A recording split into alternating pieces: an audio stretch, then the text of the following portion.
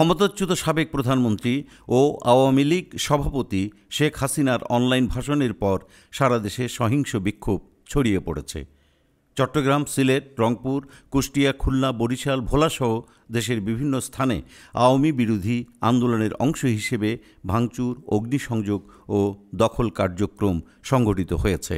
বুধবার রাতে শেখ হাসিনার অনলাইন বক্তৃতার পর ঢাকার ধানমন্ডি ৩২ নম্বরে বঙ্গবন্ধুর স্মৃতিসৌধ ও শেখ হাসিনার ব্যক্তিগত বাসভবন সুধা সদনে হামলার ঘটনা ঘটে।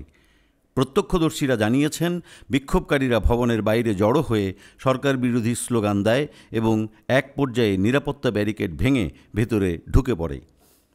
ভবনের ২ তলায় আগুন জ্বলতে দেখা গেছে। পুলিশ ঘটনাস্থলে পৌঁছানোর আগেই হামলাকারীরা পালিয়ে যায়। আওয়ামী লীগের উপদেষ্টা পরিষদের সদস্য ও সাবেক মন্ত্রী তোফায়েল আহমেদের ভোলার বাসভবনে বুধবার রাতে হামলা চালিয়ে আগুন দেওয়া হয়েছে। স্থানীয় সূত্রে জানা যায়, বিক্ষোভকারীরা আওয়ামী লীগ ও শেখ হাসিনার বিরুদ্ধে স্লোগান দিতে দিতে বাসভবনের সামনে অবস্থান নেয়। পরে ভবনের ভেতরে প্রবেশ করে ভাঙচুর চালিয়ে আসবাবপত্রে অগ্নিসংযোগ করে। বরিশাল নগরীর কালীবাড়ি রোডে শেখ হাসিনার ভাগ্নে ও বরিশাল সিটি কর্পোরেশনের সাবেক মেয়র সেরনিয়াবাদ সাদিক আবদুল্লার বাসভবনে ব্যাপক হামলা চালিয়েছে বিক্ষুব্ধ ছাত্র জনতা। বৃহস্পতিবার রাত 12:30টার পর এই হামলা শুরু হয়। ফেসবুকে আগেই হামলার ঘোষণা দেওয়া হয়েছিল।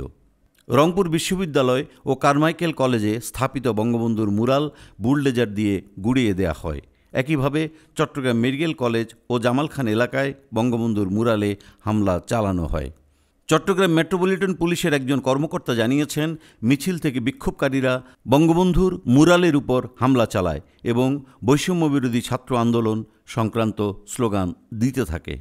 সিলেটে জেলা প্রশাসকের কার্যালয়ের সামনে স্থাপিত বঙ্গবন্ধুর মুরাল বুলডোজার দিয়ে ভেঙে ফেলা হয়। স্থানীয় সাংবাদিকরা জানিয়েছেন, সিলেট সিটি কর্পোরেশনের কর্মীদের সহযোগিতায় একটি দল মুরালটি গুঁড়িয়ে দেয়।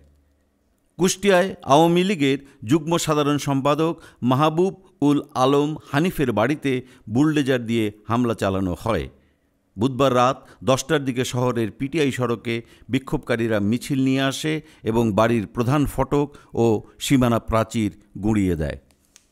স্থানীয় পুলিশ জানিয়েছে, হামলার সময় স্লোগান দেওয়া হয়েছিল, স্বৈরাচারের আস্তানা গুঁড়িয়ে দাও।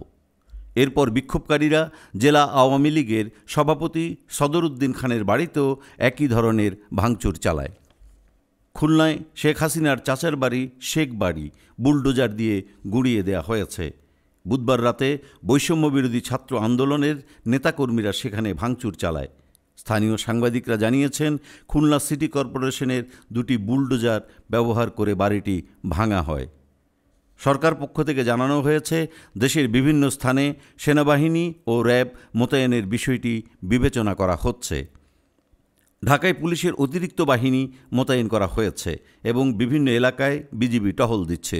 কুষ্টিয়া, চট্টগ্রাম, খুলনা ও সিলেটে বিক্ষোভ নিয়ন্ত্রণে কাঁদুনে গ্যাস ও রাবার বুলেট ছোঁড়া হয়েছে। বিশ্লেষকদের মতে, শেখ হাসিনার অনলাইন বক্তৃতার পর এ ধরনের সহিংসতা একটি বড় রাজনৈতিক মোড়ের ইঙ্গিত দিচ্ছে। আওয়ামী লীগের নেতারা বলছেন, এটি সুপরিকল্পিত ষড়যন্ত্রের অংশ। অন্যদিকে বিরোধী পক্ষের দাবি, এটি সাধারণ জনগণের ক্ষোভের বহিঃপ্রকাশ।